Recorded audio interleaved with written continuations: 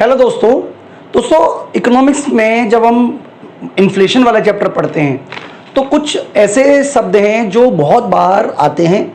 इस वीडियो के माध्यम से उन सभी का मतलब हम समझने की कोशिश करेंगे, जिसमें से पहला है मुद्रास्फीति, दूसरा है मुद्रा विस्फीति, तीसरा है मुद्रा अपस्फीति, चौथा है मुद्रा संस्फीति और पांचवा है निस्पंद स्फीति, जिसको स्टैगफ्लेशन बोलते हैं। इसके अलावा बच्चों हम स्टैगफ्लेशन को अलग से एक्सप्लेन भी करेंगे इसी वीडियो के माध्यम से। तो बच्चों इससे पहले हमने मुद्रास्फीति के बारे में ऑलरेडी पढ़ा हुआ है। मैं आपको एक बार फिर से बता देता हूं कि जब सामान्य कीमत स्तर में बहुत तेजी से वृद्धि देखने को मिलती है और लगातार ये वृद्धि देखने को मिलती है तो इसको बोलते हैं बच्चों मुद्रास्फीति। यानी कि मुद्रास्फीति की स्थिति में जो मुद्रा का मूल्य है वो घट जाता है। मैं आपको एक एग्जाम्पल से समझा देता हूँ। हम ये मान लेते हैं कि अगर मनी सप्लाई में वृद्धि करते हैं तो मनी सप्लाई यानी कि मुद्रा की पूर्ति में वृद्धि करने से जो एग्रीगेट डिमांड है, एग्रीगेट डिमांड बढ़ेगी। एग्रीगेट डिमांड बढ़ने की वजह से प्राइस का जो लेवल है वो बढ़ेगा और प्राइस का लेवल बढ़ने की वजह से जो मुद्रा की वैल्यू है 1/P वो घटेगा। तो इस स्थिति को बच्चों हम सिंपल भाषा में मुद्रास्फीति कहते हैं। ये कौन सी स्थिति को बता रही है? मुद्रास्फीति। मुद्रास्फीति बिल्कुल सिंपल समझ लीजिए कि मुद्रा की स्थिति में मुद्रा की पूर्ति बढ़ेगी जिससे मांग बढ़ेगी, मांग बढ़ने की वजह से कीमतें बढ़ेंगी, कीमतें बढ़ने की वजह से मुद्रा की जो वैल्यू है वो घट जाएगी, जिसको कि हम मुद्रास्फीति के नाम से जानते हैं। अगर हम बात करें बच्चों मुद्रा विस्फीति, तो मुद्रा विस्फीति क्या होती है? मुद्रा विस्फीति बिल्कुल इसका उल्टा रूप है। इसमें क्या होता है? मनी सप्लाई घटती है तो मनी सप्लाई घटने से एग्रीगेट डिमांड भी घटती है, एग्रीगेट डिमांड घटने से प्राइस जो है वो भी घटते हैं और जो मुद्रा का मूल्य है वो भी बढ़ता है। तो इस स्थिति को बच्चों बोलते हैं मुद्रा अपस्फीति। यानी कि यहाँ पे देखिए हमने डेफिनेशन भी लिखी हुई है, आप अपने साइड स्क्रीन पे भी देख सकते हैं कि मुद्रास्फीति से आशय सामान्य कीमत स्तर में होने वाली दीर्घकालीन वृद्धि से है। यानी कि लंबे समय तक अगर कीमत स्तर बढ़ रहा है तो इसको मुद्रास्फीति बोलते हैं। इसके परिणाम स्वरूप मुद्रा का जो मूल्य है यानी कि मुद्रा के द्वारा वस्तु खरीदने की शक्ति उसमें कमी देखने को मिलती है। मुद्रा विस्फीति की बात करें जिसको इंग्लिश में डिफ्लेशन बोलते हैं। मुद्रा विस्फीति उस स्थिति को कहते हैं जिसमें सामान्य कीमत स्तर में निरंतर कमी आ रही होती है और साथ ही साथ मुद्रा का जो मूल्य है वो बढ़ रहा होता है। बच्चों मुद्रास्फीति और मुद्रा विस्फीति दोनों ही बहुत खतरनाक हैं, लेकिन मुद्रास्फीति की तुलना में मुद्रा विस्फीति ज्यादा खतरनाक है क्योंकि एग्रीगेट डिमांड का लेवल देखिए घटने से अर्थव्यवस्था जो है वो मंदी के जाल में फंस जाती है। मंदी का मतलब बेरोजगारी भी हो गया और उत्पादन में कमी हो गया, और उत्पादन में कमी, बेरोजगारी और इन सब की वजह से मांग फिर से कम हो जाएगी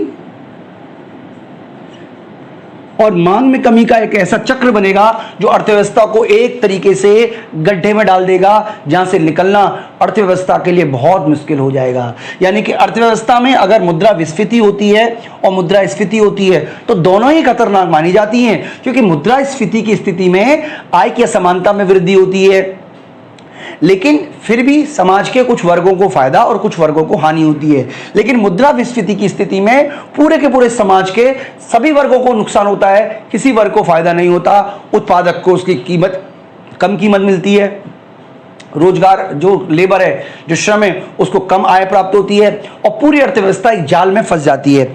इसीलिए कीन्ज ने कहा कि मुद्रास्फीति अन्यायपूर्ण है और मुद्रा विस्फीति अनुपयुक्त, फिर भी इन दोनों में मुद्रा विस्फीति जो है वो अधिक बुरी है। तो इसीलिए सरकार जो है वो हर संभव प्रयास करती है कि मुद्रा विस्फीति को रोके।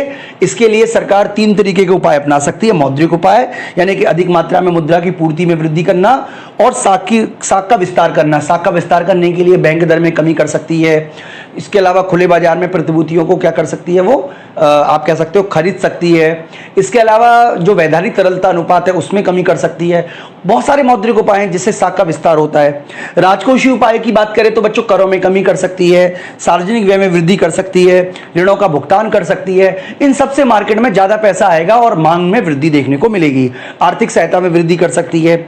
इसके अलावा बच्चों अन्य उपाय में निर्यात में वृद्धि करेगी और आयात में कमी करेगी। तो ये सारे के सारे उपाय जो हैं वो मुद्रा विस्फीति को रोकने में सहायक होते हैं। अब तो बच्चों अगर हम बात करें मुद्रा अपस्फीति की, तो मुद्रा अपस्फीति और मुद्रा विस्फीति एक ही तरीके से होती हैं। माने कि मुद्रा विस्फीति में भी, मुद्रा अगर हम बात करें बच्चों मुद्रा विस्फीति की, तो मुद्रा जैसे इसमें मनी सप्लाई को घटाया जाता है जिससे कि प्राइस लेवल घट जाए, इसी तरीके से मुद्रा अपस्फीति में भी मनी सप्लाई को घटती है जिससे कि जो प्राइस लेवल है वो घट जाए। लेकिन इन दोनों में बहुत बड़ा अंतर यह है कि जो मुद्रा विस्फीति होती है वो अनकंट्रोल्ड होती है, अनप्लान्ड होती है, लेकिन मुद्रा अपस्फीति तब उत्पन्न होती है जब सरकार जानबूझकर बढ़ती हुई मुद्रा स्फीति को कम करने के लिए मनी सप्लाई को कंट्रोल करती है। यानी कि इस स्थिति में मनी सप्लाई कंट्रोल होती है, मनी सप्लाई में कमी आती है, एग्रीगेट डिमांड में कमी आती है, प्राइस में कमी आती है, मुद्रा का मूल्य बढ़ता है, लेकिन ये सब चीजें नहीं मिलती।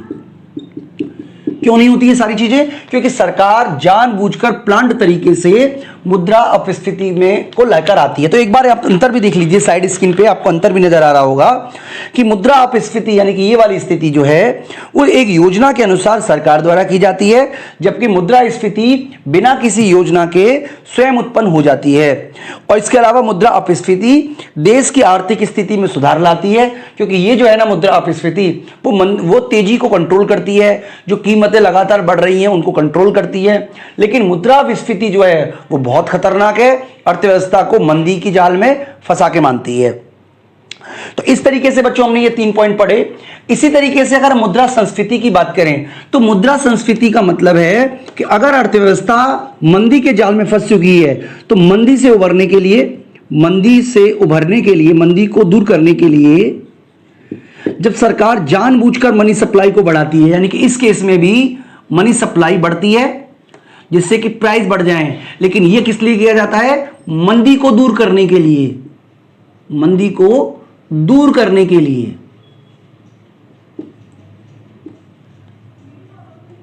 तो इस स्थिति को बच्चों बोलते हैं मुद्रा संस्फीति। यानी कि मुद्रा संस्फीति का मतलब हुआ कि जब अर्थव्यवस्था मंदी के जाल में फंस गई है तब सरकार जानबूझकर कोशिश करती है कि मुद्रा की पूर्ति को बढ़ाया जाए जिससे कि कीमतें बढ़ें और ताकि रोजगार का स्तर, उत्पादन का स्तर, मांग का स्तर, सभी स्तरों में वृद्धि हो और अर्थव्यवस्था जो है वो मंदी के जाल से निकल पाए। बच्चों लास्ट जो है वो है निस्पंद स्फीति, स्टैगफ्लेशन। देखिए इसको एक नई बीमारी कहा जाता है। इसको नई बीमारी कहने वाले अर्थशास्त्री हैं, ठीक है। निस्पंद स्फीति को एक नई बीमारी कहा है, सैमुअल्सन ने इसको नई बीमारी कहा है। इस स्थिति में बेरोजगारी में वृद्धि होती है, साथ ही साथ कीमतों में वृद्धि होती है। तो बच्चों इस निस्पंद स्फीति को मैं आपको एक डायग्राम से समझा रहा हूं जिससे कि आपको कंसेप्ट समझ में आ जाए। हालांकि हमने जब इंग्लिश मीडियम में ये वर्जन बनाया था तब हमने डायग्राम नहीं बताया था। तो बच्चों मैं आपको यहाँ पे ये बता देता हूँ कि हम हिंदी मीडियम, इंग्लिश मीडियम के तमाम कंटेंट बना रहे हैं जो यूपीएससी के अकॉर्डिंग है, यूजीसी नेट के अकॉर्डिंग है, पीजीटी इकोनॉमिक्स के अकॉर्डिंग है और भी तमाम यूनिवर्सिटी के यूजी पीजी कोर्स के अकॉर्डिंग है। तो ये सारे के सारे कोर्सेज आपको हमारी ऐप है विष्णु इकोनॉमिक्स स्कूल, उसमें मिलेंगे। तो आप हमारी ऐप जरूर डाउनलोड कर लीजिएगा। वहां पर आपको वीडियो कोर्स मिलेंगे, टेस्ट सीरीज मिलेगी, पीडीएफ नोट्स मिलेंगे। तो अगर आप इकोनॉमिक्स के स्टूडेंट हैं तो आपके लिए ये जो ऐप है ये बहुत ही काम की होने वाली है। तो चलिए मैं आपको डायग्राम के थ्रू ही समझाता हूँ पूरा का पूरा कंसेप्ट क्या है, ठीक है। आपको मैं उम्मीद करता हूं कि अच्छी तरीके से कंसेप्ट आपको क्लियर हो जाए। देखिए मान लीजिए अर्थव्यवस्था संतुलन की स्थिति में है। मान लीजिए एग्रीगेट डिमांड 0 और ये हमारा मान लीजिए एसआरएस बोल दो या एएस बोल देता हूं मैं, ठीक है। शॉर्ट टर्म एग्रीगेट सप्लाई होता है वैसे तो, पर मैं एग्रीगेट सप्लाई एएस 0 बोल देता हूं। इसका मतलब जीडीपी का स्तर ये वाला है और कीमत स्तर ये वाला है। अब केन्ज और उसके बाद के जो अर्थशास्त्री रहे हैं, केन्जियन अर्थशास्त्री, उन सभी का यह मत था कि एग्रीगेट डिमांड को बढ़ाकर आप इकोनॉमी में ग्रोथ ला सकते हो। यानी कि उन्होंने यह माना कि अगर सरकार जो है वो मुद्रा की पूर्ति में वृद्धि करती है तो मुद्रा की पूर्ति में वृद्धि करने से क्या होगा? एग्रीगेट डिमांड का लेवल बढ़ेगा। एग्रीगेट डिमांड का लेवल बढ़ने से कीमत स्तर बढ़ेगा, हालांकि जीडीपी का लेवल भी इससे बढ़ जाएगा और अर्थव्यवस्था में आपको एक तरीके से तेजी देखने को मिलेगी।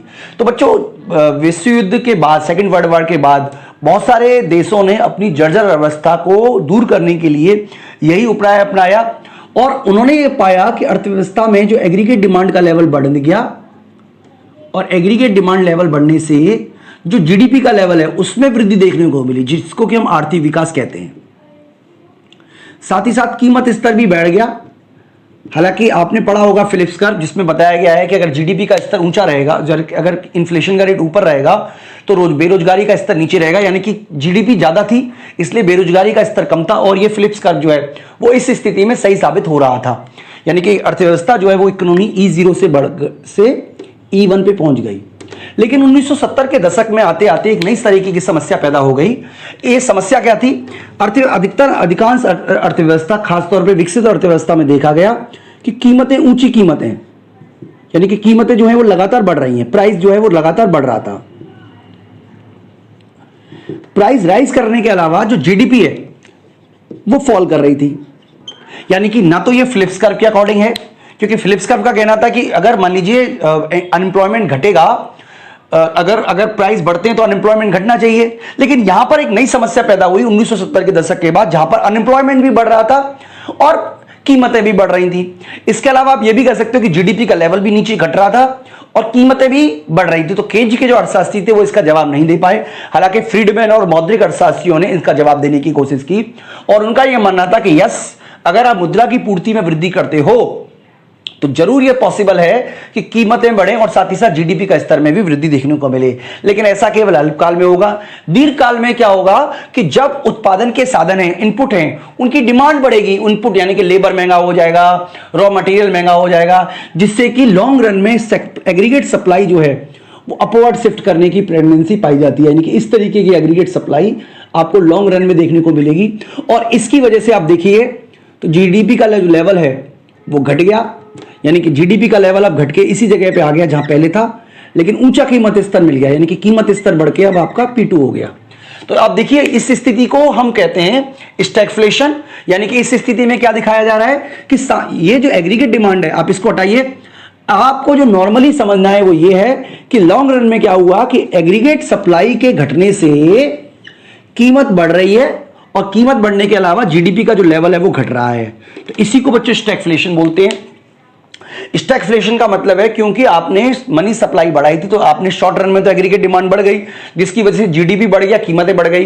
लेकिन लॉन्ग रन में क्योंकि इनपुट कॉस्ट बढ़ती है, क्योंकि लेबर महंगा होता है, क्योंकि सारी चीजें महंगी हो जाती हैं, इसलिए एग्रीगेट सप्लाई में कमी देखने को मिलती है और इस एग्रीगेट सप्लाई में कमी की वजह से कीमतें बढ़ती है, जीडीपी घटती है, बेरोजगारी बढ़ती है, जिसको कि हम इकोनॉमिक्स की भाषा में स्टैगफ्लेशन के नाम से जानते हैं। तो बच्चों ये है पूरा का पूरा कंसेप्ट, यानी कि स्टैगफ्लेशन उस कंडीशन को दिखा रहा है जिसमें कीमतों में वृद्धि देखने को मिल रही है, साथ ही साथ उत्पादन में कमी देखने को मिलती है।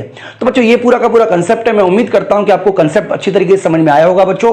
तो आप हमारी ऐप जरूर डाउनलोड कर लीजिएगा, विष्णु इकोनॉमिक्स स्कूल। अगर आपको वीडियो अच्छी लगी है तो हमारी वीडियो को लाइक करना, चैनल को सब्सक्राइब करना ना भूलें। इस वीडियो में इतना ही दोस्तों, थैंक यू।